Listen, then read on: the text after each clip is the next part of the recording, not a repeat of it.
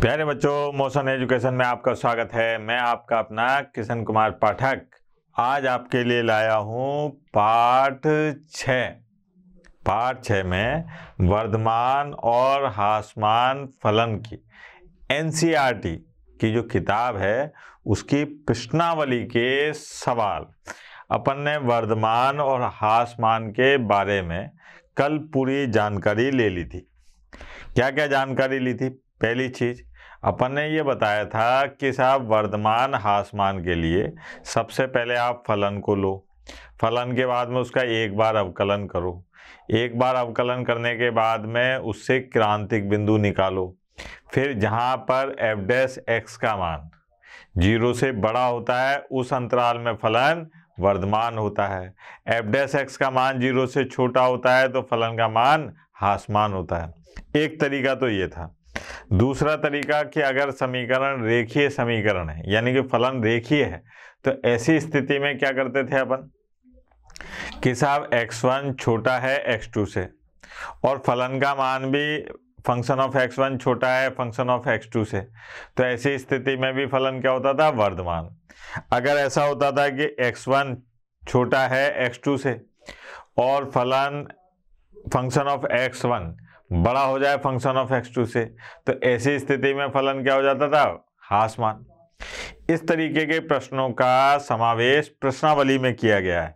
तो प्रश्नावली के अपन प्रश्न करना चालू करते हैं। ये देखिए आप, ये है कि साहब फंक्शन ऑफ x 3x + 17 से प्रदत्त फलन ये एक वर्धमान फलन है। इसके बारे में बताना है कि साहब ये फलन वर्धमान फलन है। अब कैसे बताएं साहब? यहाँ पर देखिए आप, हल में सबसे पहले अपने को दिया है, क्या दिया है साहब? दिया है यहाँ पर फलन है फंक्शन ऑफ x और बराबर है 3x + 17। ये आ गया साहब, ये फलन दे रखा है। अब मैंने क्या काम करा कि दो अवयव लिए, दो संख्याएं ली। कहाँ से? R से। यहाँ पर माना x1 और x2, ये दो राशियां ली। कहाँ से? R से। और इस प्रकार ली, इस प्रकार हैं कि साहब x1 छोटा है किससे? x2 से। अब जब x1 छोटा है x2 से तो इसका मतलब ये होगा कि अगर मैं दोनों तरफ 3 का गुणा कर दूं तब भी यही होगा साहब कि 3x1 छोटा होगा 3x2 से। अब यहाँ पर 3x1 + 17 मैंने इधर जोड़ दिया और 3x2 + 17 दोनों पक्षों में मैंने 17 जोड़ दिया। तो ऐसी स्थिति में मैं ये कह सकता हूं कि साहब ये फंक्शन ऑफ x1 छोटा होगा किससे? फंक्शन ऑफ x2 से। ये आ गया। मतलब मैंने संख्याओं को इस प्रकार से लिया कि x1 छोटा है x2 से और इसको सरल करता गया और बाद में पता लगा कि साहब फंक्शन ऑफ x1 भी छोटा है फंक्शन ऑफ x2 से। तो अपन यहां पर कह सकते हैं कि ये फलन निरंतर वर्धमान फलन है। अतः फलन R में, R मतलब वास्तविक संख्या में, R में निरंतर वर्धमान फलन है, वर्धमान फलन है।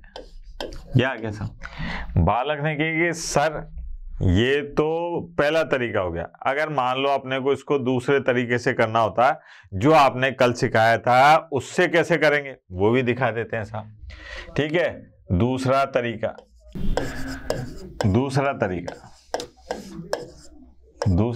क्या होगा बेटा? देखें जरा कि यहाँ पर कहा जा रहा है कि दिया है, ये फलन दिया अपन दिया है। क्या दिया है बेटा?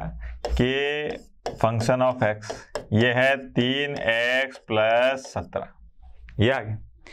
अब यहाँ पर अपन क्या काम करते थे कि x के सापेक्ष अवकलन करने पर अवकलन करने पर क्या हो जाएगा साहब, एफ डैश एक्स और बराबर 3। अब इसमें x का कोई भी वास्तविक मान रखो आप, x है ही नहीं, तो इसका मान यहां पर आएगा कि यदि x जो है ये r में है, कोई सा भी वास्तविक मान है, तो ऐसी स्थिति में एफ डैश एक्स हमेशा क्या होगा, 0 से बड़ा होगा। क्यों? क्योंकि 3 भैया धनात्मक है, 0 तो कैसे आएगा, जब x का मान कुछ भी रखो आप 0 बन ही नहीं सकता। तो इसका मतलब ये हुआ कि x वास्तविक हो तो एफ डैश एक्स का मान 0 से बड़ा यानी कि धनात्मक होगा। अतः अपन कह सकते हैं कि अतः x belongs to r, x अगर विद्यमान हो r में तो फलन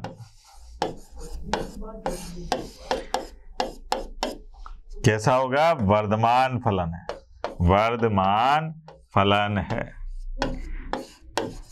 वेरी सिंपल सी बात, दोनों तरीके से किया जा सकता है, जो भी आपको पसंद आए उससे करिए। एक और दिखाते हैं, यह है साहब कि यहां पर फलन दे रखा है e की घात 2x, क्या दे रखा है, e की घात 2x, ठीक है। अब ये बताना है कि साहब ये r में वर्धमान फलन है, तो देखें कैसे सरल करेंगे इसको कि बेटा दिया है क्या दिया है, देखें जरा, ये है अपने पास में फंक्शन ऑफ x e की घात 2x, ये आ गया सर, ये फलन। अब अपन पहले इसको पहले तरीके से करते हैं, वो इसलिए कि पहला तरीका इस्तेमाल ज्यादातर अपन किस में करते हैं, जो एक घात के समीकरण, ठीक है। तो करते हैं, देखें इसके क्या होगा। यहां पर देखो आप, मैंने माना कि साहब x1 और x2 दो अवयव लिए मैंने, कहां से, r से, दो राशियां ले ली, दो संख्याएं ले ली, कहां से, वास्तविक संख्याओं के समुच्चय से, ठीक है। और ऐसे लिए कि इस प्रकार हैं, कौन, x1 और x2, कि x1 छोटा है किससे, x2 से, x1 जो है वो छोटा है x2 से। अगर मैं इसमें दोनों पक्षों में 2 का गुणा कर दूंगा, ये मैंने दोनों पक्षों में 2 का गुणा कर दिया, अब जब दोनों पक्षों में 2 का गुणा कर दिया तब भी इस पर कोई फर्क नहीं पड़ा। अगर मैं इन दोनों को e की घात में कन्वर्ट कर दूं, यानी कि e की घात पे लगा दूं, तो क्या होगा, देखो आप, e की घात 2x2, ये आ गया, ठीक है। इसका मतलब ये हुआ कि साहब यहां पर ये देखो आप, ये हो गया, मतलब अपन ने अवयव लिए थे, कैसे, x1 को लिया था x2 से छोटा, और फलन भी आ रहा है किससे, फंक्शन ऑफ x1 छोटा आ रहा है किससे, फंक्शन ऑफ x2 से। तो इसका मतलब ये हुआ कि अतः f r में कैसा फलन है, वर्धमान फलन है, वर्धमान फलन है, ये आ गया, वेरी सिंपल सी बात। अब आते हैं अपन दूसरे उस पर, कि दूसरा तरीका क्या है वो भी देख लेते हैं भैया। दूसरे तरीके में देखो आप, दूसरा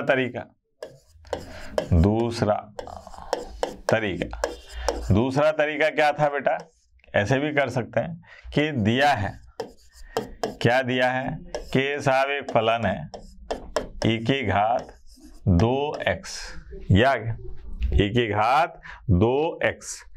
अब साहब यहां पर x के सापेक्ष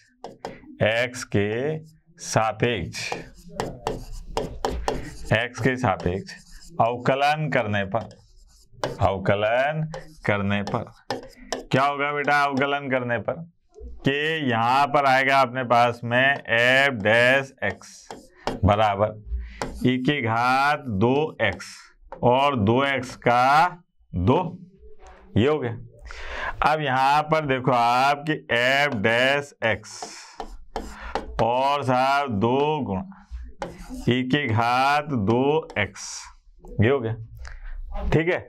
अब इसको 0 के बराबर रखो आप, इसको 0 के बराबर रखो, तो यहां पर क्या हुआ कि वर्धमान फलन के लिए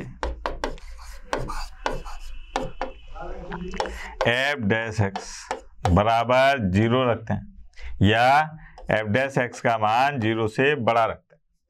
अब यहां देखो आप 2 e की घात 2x 0 से बड़ा है, e की घात 2x या क्या।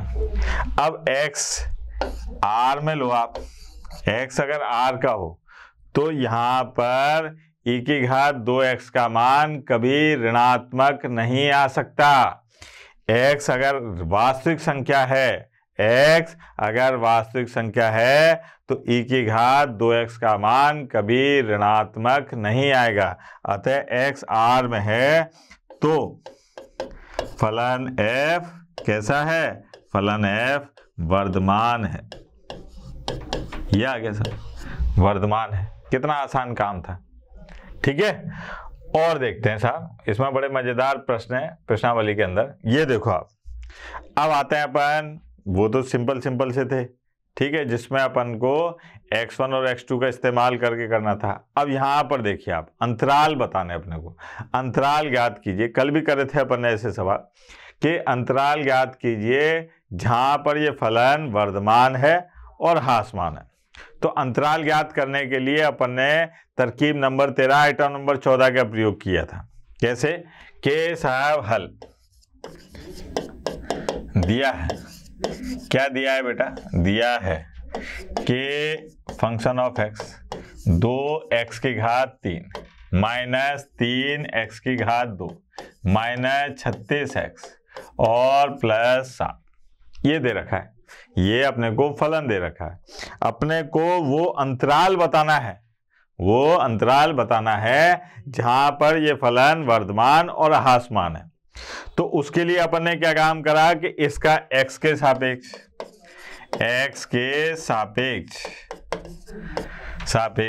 अवकलन करने पर, x के सापेक्ष अवकलन करने पर, अब x के सापेक्ष अवकलन करने पर आए तो क्या आएगा बेटा, एफ डैश एक्स, यह आ गया 6x की घात 2 फिर माइनस 6x और माइनस 36 यह आ गया। अब क्या काम करना है अपने को, क्रांतिक बिंदु के लिए, क्योंकि अपने को क्रांतिक बिंदु निकालना है। क्रांतिक बिंदु के लिए क्या करना पड़ता है बेटा कि एफ डैश एक्स का मान बराबर 0 के रखना पड़ता है। एफ डैश एक्स का मान 0 के बराबर रखना पड़ता है। ये है अपने पास में कि 6x की घात 2 6x माइनस 36 बराबर 0। अब यहां से मैंने 6 कॉमन ले लिया, x की घात 2 माइनस x और माइनस 6 बराबर 0। ये 6 तो चला गया इधर। यहां पर क्या हुआ बेटा, ये आया अपने पास में क्या, देखो आप ध्यान से, x गुणनखंड करे साहब तो ये आएंगे माइनस के 3 और x प्लस 2 बराबर 0। अब क्रांतिक बिंदु के लिए क्या काम करते हैं, क्रांतिक बिंदु के लिए इन गुणनखंडों को बारी बारी 0 के बराबर रखते हैं। किसको, क्रांतिक बिंदु के लिए। x माइनस 3 बराबर 0 तो x बराबर आ गया 3, x प्लस 2 बराबर 0 तो x बराबर आ गया माइनस 2। तो यहां पर अपने को जो क्रांतिक बिंदु प्राप्त हुए, क्रांतिक बिंदु जो क्रांति लाएंगे, क्रांतिक बिंदु क्या हुए साहब, x बराबर माइनस 2 और 3, ये है क्रांतिक बिंदु। अब अपन क्या काम करते हैं, एक संख्या रेखा बनाते हैं ऐसे, टैन टैन टैन, ये देखो आप, ठीक है। यहां लिखा अपन ने माइनस इनफाइनाइट अनंत और यहां लिखा प्लस इनफाइनाइट। अच्छा, माइनस 2 और 3 में छोटा कौन होता है, माइनस 2, तो यहां पे लिखा अपन ने माइनस 2 और यहां लिखा 3। अब साहब उधर से आएंगे और क्या करते आएंगे, तू प्लस ले, तू माइनस ले, तू प्लस ले, उधर से आएंगे और सबसे पहले क्या रखेंगे, प्लस। अब बालक यहाँ क्वेश्चन कर लेता है कि सर उधर से ही क्यों आ रहे हो आप, इधर से भी आ जाओ। तो बेटा दरवाजा उधर है, ठीक है, तो उधर से ही तो आऊंगा। तो यहां पर ये देख प्लस, फिर ये माइनस, फिर ये प्लस, ये आ गया सा। मतलब अगर x का मान इस अंतराल में है और इस अंतराल में है तो जो f डैश x है वो 0 से बड़ा आएगा, यानी कि धनात्मक आएगा, और इस अंतराल में है तो f डैश x का मान 0 से छोटा आएगा, अर्थात ऋणात्मक आएगा। तो अपन ने यहां पर देखा कि x विद्यमान हो कहां पर बेटा, माइनस अनंत और -2 यूनियन, ठीक है, सार्वत्रिक समुच्चय का वो है ये, अपन वो बनाते ना, मिलाते हैं जब। फिर यहां पर क्या आ जाएगा, 3 इन्फिनिट। x अगर इस दर से है हो तो f डैश x कैसा आएगा बेटा, f डैश आएगा 0 से बड़ा, f डैश x कैसा आएगा, 0 से बड़ा। तो यहां पर अपन कह सकते हैं, इसलिए अंतराल माइनस इन्फिनिट -2 और यूनियन संग कहते हैं इसको, संग 3 इन्फिनिट में फलन f कैसा है, वर्धमान है। क्योंकि प्रश्न में अपने से अंतराल ही तो पूछा जा रहा था, तो बेटा इस अंतराल में ये फलन कैसा है, वर्धमान है, ठीक है। फिर आगे बात करी, इसलिए अरे राम राम राम, चूंकि अब आते हैं अपन x विद्यमान कौन से वाले में, -2,3 में। तो ऐसी स्थिति में क्या होगा बेटा, f डैश x का मान 0 से छोटा होगा, 0 से बड़ा का मतलब धनात्मक और 0 से छोटा का मतलब ऋणात्मक, तो ये ऋणात्मक होगा। इसलिए अपन क्या कह देंगे बेटा, इसलिए अंतराल -2,3 में फलन f कैसा होगा बेटा, फलन f हासमान है, ठीक है। अपने से अंतराल ही तो पूछा जा रहा था कि इस फलन का मान किस अंतराल में वर्धमान होगा और किस अंतराल में हासमान होगा। इस अंतराल में वर्धमान होगा, इस अंतराल में हासमान होगा, ठीक है। हाँ भाई, अब देखो, आप एक और देखो, यहां पर कहा जा रहा है कि अंतराल ज्ञात कीजिए जिसमें ये फलन वर्धमान या हासमान है, ठीक है। अपने को ये बताना है कि ये फलन वर्धमान कहां पर है और हासमान कहां पर है, अंतराल बताना है, ठीक। बिल्कुल पहले जैसा ही सवाल है एनसीईआरटी की प्रश्नावली का सवाल। तो ये याद रखिए कि स्टेट बोर्ड यानी कि राज्य बोर्ड में किताब के बाहर का प्रश्न नहीं आता है, लेकिन सीबीएसई बोर्ड या अन्य बोर्डों में किताब के बाहर के क्वेश्चन आ जाते हैं। तो किताब के बाहर के क्वेश्चन मैंने कल करा दिए, किताब के अंदर के क्वेश्चन मैं आज करा रहा हूं। तो आपके दोनों हाथों में लड्डू है, आप चाहे बोर्ड राज्य बोर्ड दीजिए चाहे बाहर का बोर्ड दीजिए, काम में आपके मोशन एजुकेशन ही आएगा। तो देखते रहिए आज तक, बड़ा ही तेज चैनल है ये।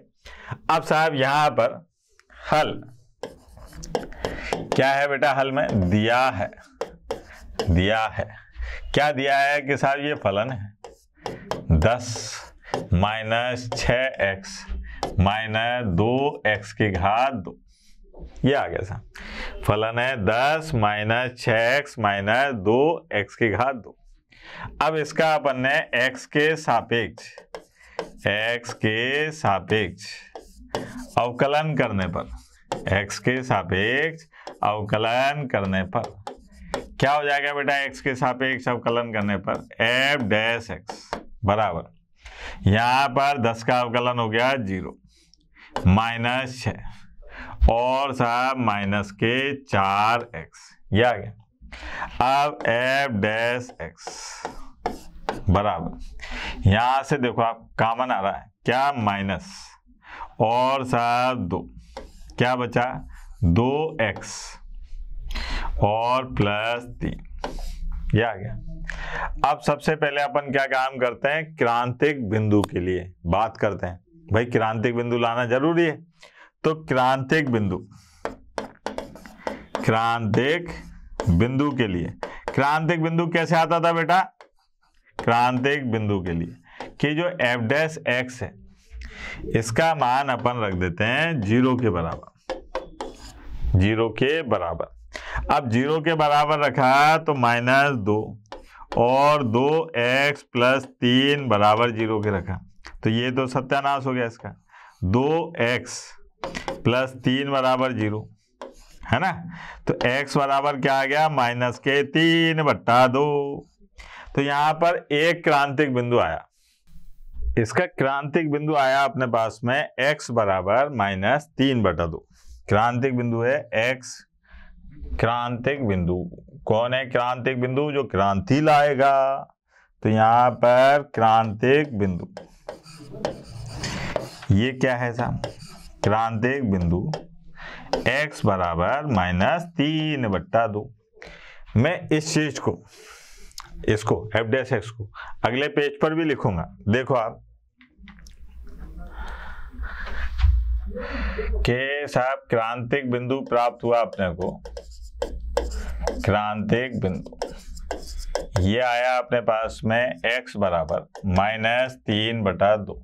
ये एफ डैश एक्स जो था ये था -6 और साहब 2x + 3 ये था, ठीक है। ये साइड में समझाने के लिए लिखा है। अब यहाँ पर क्रांतिक बिंदु है तो मैंने एक फोटो बनाई, ये देखो आप, यहाँ लिखा माइनस अनंत, ये लिखा है प्लस के अनंत।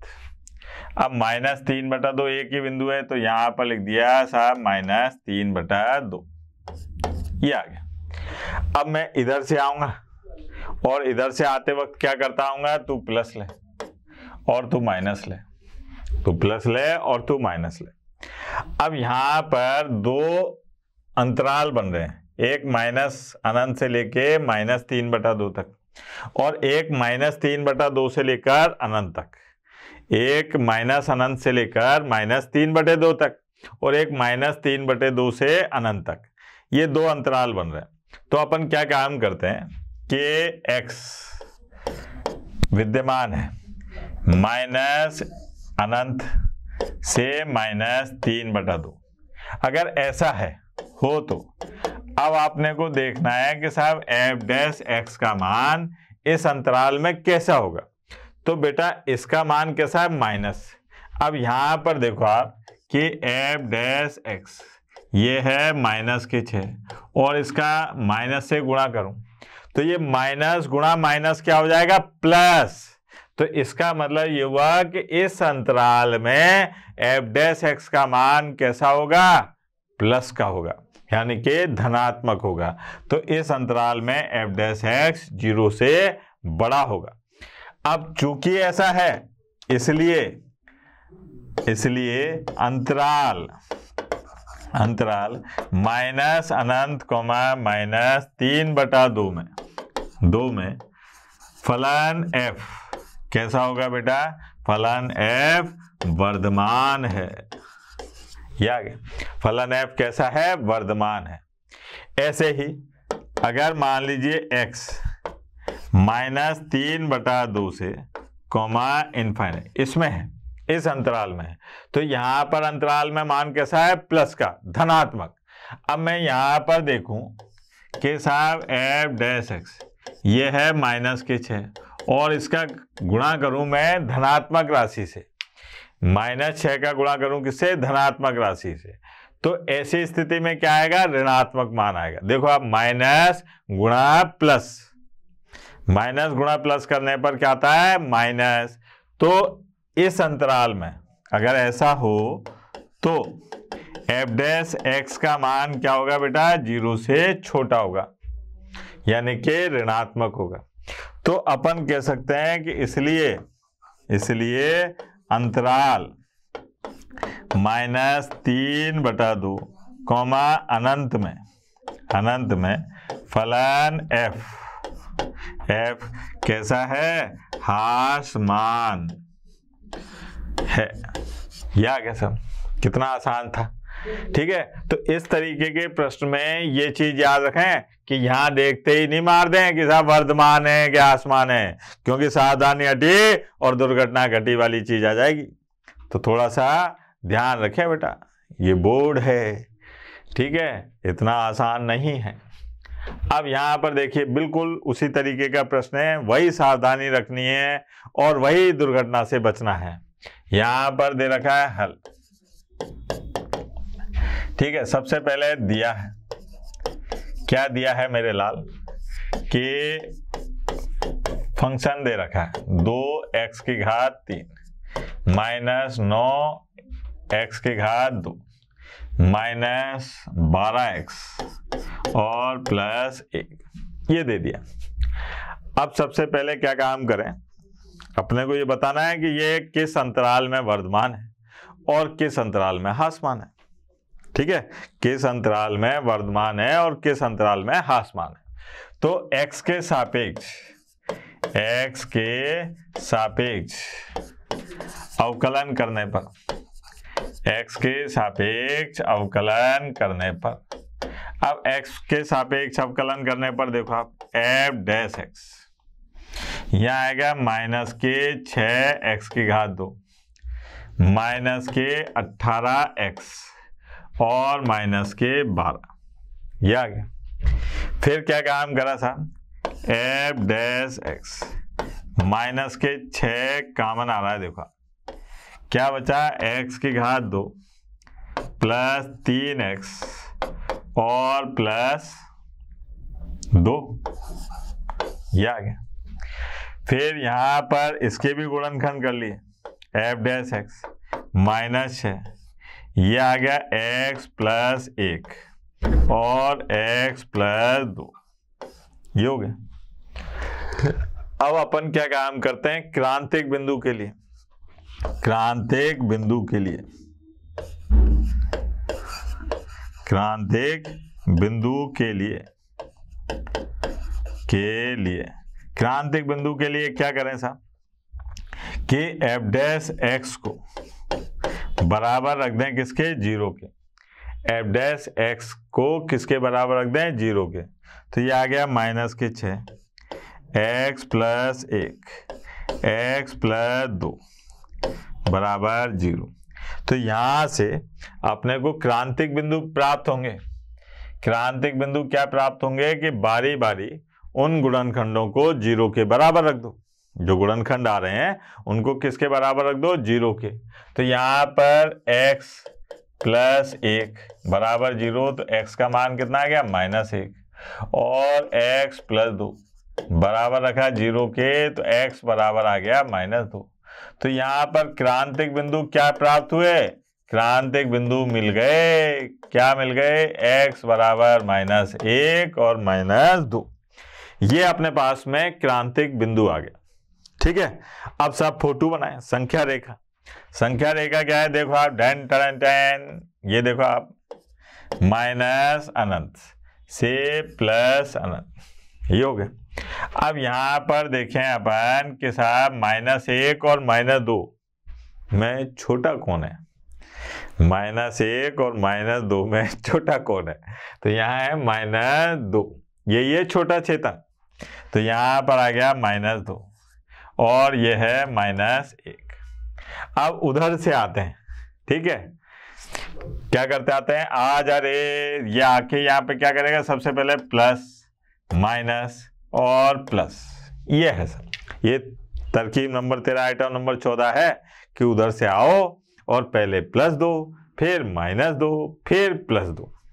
ठीक है, अब क्या काम करा अपन ने कि इस अंतराल में तो फलन कैसा है, f डैश x का मान कैसा आ रहा है, प्लस का, और इस अंतराल में माइनस का आ रहा है। तो अब यहां पर बात करें अपन कि चूंकि x विद्यमान हो कहां पर, माइनस अनंत और माइनस 2, यूनियन संग माइनस 1 और अनंत। थोड़ी देर के लिए मैं यहां पर पहले भी लिखा था, f डैश x का मान लिख लेता हूं, क्या था, माइनस 6 x प्लस 1 और x प्लस 2, ये है। अब इस अंतराल में देखें तो ये क्या है, प्लस, तो यहां पर अगर मैं देखूं तो माइनस है, इसका गुणा हो रहा है किससे, प्लस से, जो भी मान आएगा प्लस से। तो माइनस का अगर गुणा मैं प्लस से करता हूं तो मुझे क्या प्राप्त होगा बेटा, माइनस। तो यहां पर हो तो एफ डैश एक्स जो है वो कैसा मिलेगा, 0 से छोटा, अर्थात ऋणात्मक। कैसा मिलेगा बेटा, 0 से छोटा अर्थात ऋणात्मक। अब साहब ऐसा है, इसलिए अपन क्या कह देंगे कि अंतराल माइनस इनफाइनाइट कोमा -2 और यूनियन -1 कोमा इनफाइनाइट में फलन एफ कैसा है, हासमान फलन है, हासमान फलन है। ठीक है, हासमान फलन। क्यों, क्योंकि इस अंतराल में एफ डैश एक्स का मान 0 से छोटा आ रहा है। आई बात समझ में?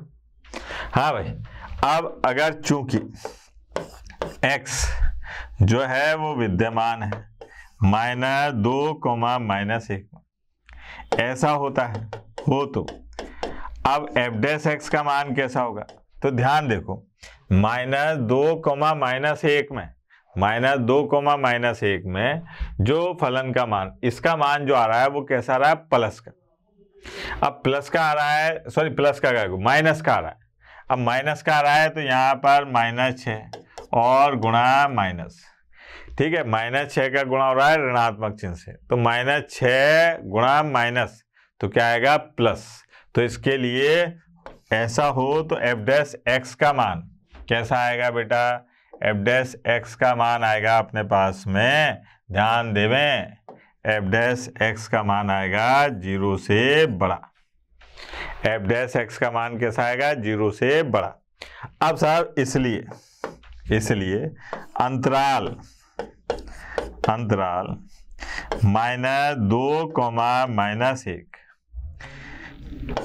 में फलन एफ कैसा है, वर्धमान है। कितना आसान काम था, ठीक है। अब तो समझ में आ रहा होगा, गणित में जितने ज्यादा सवाल करेंगे उतने अच्छे तरीके से आपको ये टॉपिक समझ में आएगा, ठीक है। तो यहाँ पर प्रैक्टिस कीजिए ज्यादा से ज्यादा। ये बड़ा मजेदार प्रश्न है साहब, ये आपको परम आनंद की प्राप्ति कराएगा। कौन सा, कि साहब इस फलन में ये बताना है कि ये कहाँ पर वर्धमान है और कहाँ पर हासमान है, ठीक है, कहाँ पर वर्धमान है और कहाँ पर हासमान है। दिमाग का प्रयोग होगा बड़ा धांसू तरीके से। हाँ भाई, देखें जरा, हल दिया है, क्या दिया है मेरे लाल, दिया है, यहाँ दिया है कि साहब ये फलन है x + 1 इसकी घात 3 और x - 3 इसकी घात भी 3, ये फलन दे रखा। अब अपने को क्या काम करना है कि अंतराल ज्ञात करना है जहां पर ये फलन वर्धमान और हासमान है। तो इसकी तरकीब क्या थी कि सबसे पहले आप फलन का x के सापेक्ष अवकलन करो, फिर क्रांतिक बिंदु निकालो, फिर अंतराल में बताओ कि कहाँ पर ये धनात्मक होगा, कहाँ पर ऋणात्मक होगा, फिर वर्धमान हासमान बता दो। तो भैया यहाँ पर सबसे पहले x के सापेक्ष अवकलन करने पर, x के सापेक्ष अवकलन करने पर एफ डैश एक्स बराबर, यहाँ पर देखें अपन ये छोड़ो पकड़ो है, वैसे आप इसको मिला के सरल करके भी कर सकते हैं, लेकिन अपन छोड़ो पकड़ो से करते हैं। पहले को छोड़ा और दूसरे का अवकलन, ठीक है, फिर प्लस दूसरे को छोड़ा और पहले का अवकलन, ये आ गया, ठीक है। और लक्षण से लिखा एफ डैश एक्स बराबर, यहां पर कॉमन आ रहा है 3 और क्या कॉमन आ रहा है x + 1, की घात 2 और साहब x माइनस 3 इसकी घात भी 2, ये कॉमन आ रहा है साहब। तो क्या बच रहा है, यहाँ पर बच रहा है x प्लस 1 और बेटा इधर क्या बच रहा है, इधर बच रहा है प्लस x माइनस 3, ये बचा। और लक्षण से देखो हम f डैश x बराबर 3, यह आया x प्लस 1 की घात 2 x माइनस 3 की घात 2, ठीक है। अब यहाँ पर देखें अपन, तो यहाँ आ रहा है 2x और माइनस 2, 2x और माइनस 2, ये 2 भी आगे आ गया, f डैश x बराबर ये हो गया अपने पास में 6 x प्लस 1 इसकी घात 2 और साहब x माइनस 3 इसकी घात 2 और x माइनस 1 ये हो गया, ये है अपने पास में, ठीक है। अब क्रांतिक बिंदु के लिए बात करें, क्रांतिक बिंदु के लिए क्या होगा देखो आप, क्रांतिक बिंदु के लिए, क्रांतिक बिंदु के लिए f डैश x बराबर क्या होना चाहिए 0। तो यहाँ पर f डैश x क्या है बेटा 6 और साहब x देख लेते हैं, x प्लस 1 की घात 3 x माइनस 3 की घात 2 है ना, x माइनस 3 की घात 2 और x माइनस 1 बराबर 0, ये आ रहा है सर। अब यहाँ से अपने को क्रांतिक बिंदु प्राप्त हुए x बराबर माइनस 1 प्लस 1 और 3, ठीक है। क्या क्या प्राप्त हुए, माइनस 1 प्लस 1 और 3, ये क्रांतिक बिंदु है। मैंने संख्या रेखा बनाई, ये देखो यहाँ पर आया माइनस अनंत और ये आ गया प्लस अनंत, माइनस अनंत और प्लस अनंत। यहाँ पर आया माइनस 1, फिर आया प्लस का 1 और फिर आया प्लस के 3 और इधर से आते हैं प्लस माइनस प्लस माइनस, ये आ गया था। अब अपने को बताना है कि अंतराल में कहाँ पर मान प्लस का होगा और कहाँ पर मान माइनस का होगा, ठीक है। तो पहले बात करें इस अंतराल की, यहाँ से यहाँ तक, ठीक है। एक्चुअल में क्या है कि अगर दिमाग लगाएं थोड़ा सा, तो इस जगह पर तो दोनों में आप x का कोई भी मान रखो, इस स्थान पर x का कोई भी मान रखो, कोई भी, तो मान कैसा प्राप्त होगा बेटा, देखो आप प्लस, इन दोनों में x का मान कैसा प्राप्त होगा, प्लस होगा ना, स्क्वायर है, घात 2 है और माइनस की घात 2 हो, है ना, तो अभी क्या आता है धनात्मक, और प्लस की घात 2 हो तब भी धनात्मक, तो इन दोनों में मान हमेशा कैसा आएगा, धनात्मक। तो जो खेल होगा वो x माइनस 1 के बाद का होगा, यानी कि इधर का और इधर का, है ना। तो यहां पर अपन बात करें कि साथ चूंकि x विद्यमान हो माइनस अनंत से और कहां पर माइनस 1 पे, और साहब यहां पर माइनस 1 से 1 ये हो, तो क्या होगा साहब माइनस अनंत से 1, देखना जरा, इसमें इधर कोई मान रखता हूं मैं, x का मान 1 से छोटा रखता हूं, देखो आप, तो ये तो प्लस आ रहा है यहां तक, तो क्या आ रहा है प्लस।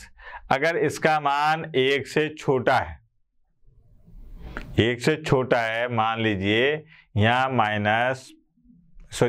यहाँ आ जाए 0.5, तो मान कैसा आएगा, ऋणात्मक। तो इसका मतलब इस अंतराल में अगर x का मान है, यानी कि इस अंतराल में x का मान है, तो क्या होगा बेटा, हो तो f डैश x कैसा आएगा, 0 से छोटा आएगा, पक्की बात है साहब। क्योंकि भैया यहाँ पर सब डिपेंड कर रहा है इस पर। अगर x का मान 1 से छोटा है तो यहाँ 1 से छोटा मान रख के देखो तो मान कैसा आएगा, ऋणात्मक। तो ऋणात्मक आ गया साहब। तो इसका मतलब ये हुआ कि अंतराल ठीक है, माइनस अनंत से -1 और साहब -1 से 1 में फलन f कैसा है, हासमान है। कैसा फलन है, हासमान फलन है। ठीक है, हासमान फलन है। अब साहब दूसरी बात देखें, इस अंतराल में x अगर विद्यमान है कहाँ पर, 1,3 और यूनियन 3, अनंत, इसकी बात करें, मतलब इसके इधर का कोई भी मान रखो आप, तो 1 से बड़ा मान जब यहां रखूंगा, मान लो 2 रख दिया, अब 2 में से 1 गया तो प्लस का मान आ रहा है ना, ये तो प्लस है ही, तो ये सब क्या हो जाएगा, प्लस, धनात्मक। तो ऐसी स्थिति में क्या होगा बेटा, हो तो f डैश x क्या आएगा, 0 से बड़ा आएगा। f डैश x का मान क्या आएगा, 0 से बड़ा। अब जब 0 से बड़ा आएगा तो अपन कह देंगे, इसलिए अंतराल ठीक है, अंतराल कौन से वाले कि भैया 1,3 और यूनियन 3, अनंत में फलन f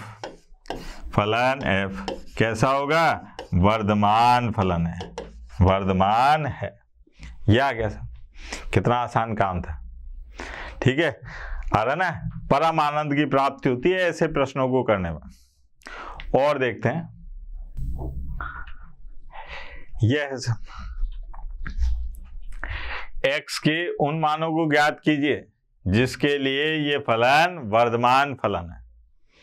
अपने को क्या कहा जा रहा है कि साहब ये बताओ कि x के वो कौन से मान होंगे जिनके लिए ये फलन कैसा होगा, वर्धमान होगा। देखें भैया, यहां पर हल दिया है, फलन दे रखा है अपने को कि x और x - 2 और साहब इसकी घात 2, यह आ गया। x के सापेक्ष अवकलन करने पर, x के सापेक्ष अवकलन करने पर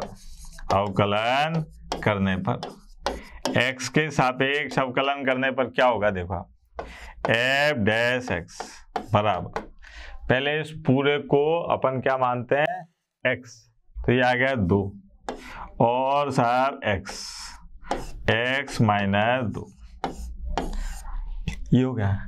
फिर जो अंदर दे रखा है उसका अवकलन करते हैं, तो ये आया अपने पास में x की घात 2 का अवकलन 2x - 2x का अवकलन -2, ये हो गया। अब यहां पर और लक्षण से लिख दो, f डैश x बराबर, ये 2 कॉमन ले लिया तो यहां पर हो गया 2 गुणा 2, क्या बचा, x और साहब x - 2 और x - 1, ये आ गया। ठीक, तो यहाँ आ गया f डैश x बराबर 4 गुणा x - 1 x - 2, ये हो गया। अब क्रांतिक बिंदु के लिए क्या है साहब, क्रांतिक बिंदु के लिए क्या होगा बेटा, f डैश x बराबर 0, यानी कि 4x x - 1 और x - 2 बराबर 0। तो यहाँ पर x बराबर 0, x बराबर 1 और x बराबर 2, ये 3 क्रांतिक बिंदु आए साहब। क्या है अपने पास में, 3 क्रांतिक बिंदु। फोटो बनाते हैं साहब, ये अपन ने फोटो बना ली, माइनस अनंत और प्लस अनंत। यहाँ पर आ गया 0, 1 और 2। उधर से आते हैं और क्या करते आते हैं, तू प्लस ले, तू माइनस ले, तू प्लस ले और तू माइनस ले। अब अपने को यहाँ पर केवल ये बताना है कि फलन वर्धमान कौन से अंतराल में है, वो अंतराल बताना है, हासमान वाला नहीं बताना। लेकिन अपन तो समझदार हैं, पढ़े लिखे हैं, तो अपन तो दोनों बताएंगे साहब, होगी जो देखी जाएगी। हो सकता है पेपर में वर्धमान की जगह हासमान पूछ ले। तो यहाँ पर चूंकि x अगर विद्यमान है 0,1 यूनियन और साहब 2, अनंत में हो तो f डैश x कैसा है, 0 से बड़ा, धनात्मक है, यानी कि 0 से बड़ा है। इसलिए कहेंगे अपन कि अंतराल 0,1 और यूनियन 2, अनंत में फलन f वर्धमान फलन है। ठीक है, ये आ गया। ऐसे ही चूंकि x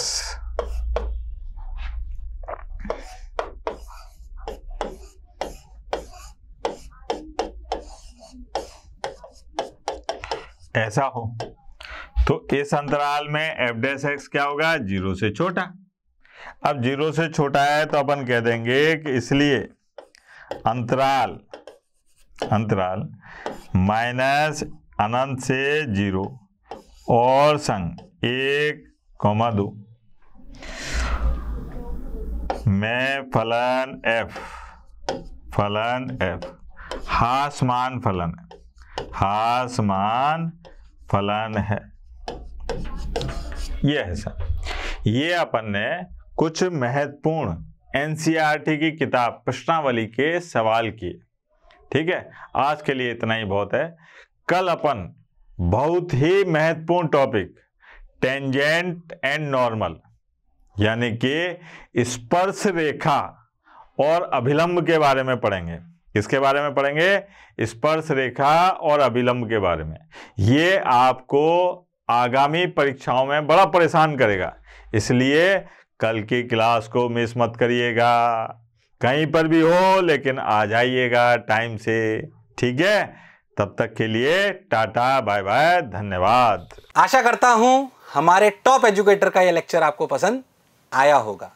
अगर पसंद आया है तो वीडियो को लाइक करिए, चैनल को सब्सक्राइब करिए और शेयर भी करिए, क्योंकि ज्ञान बांटने से बढ़ता है और सही बताऊं तो पुण्य भी मिलता है। मुझे सुनने के लिए बहुत बहुत धन्यवाद। Thank you.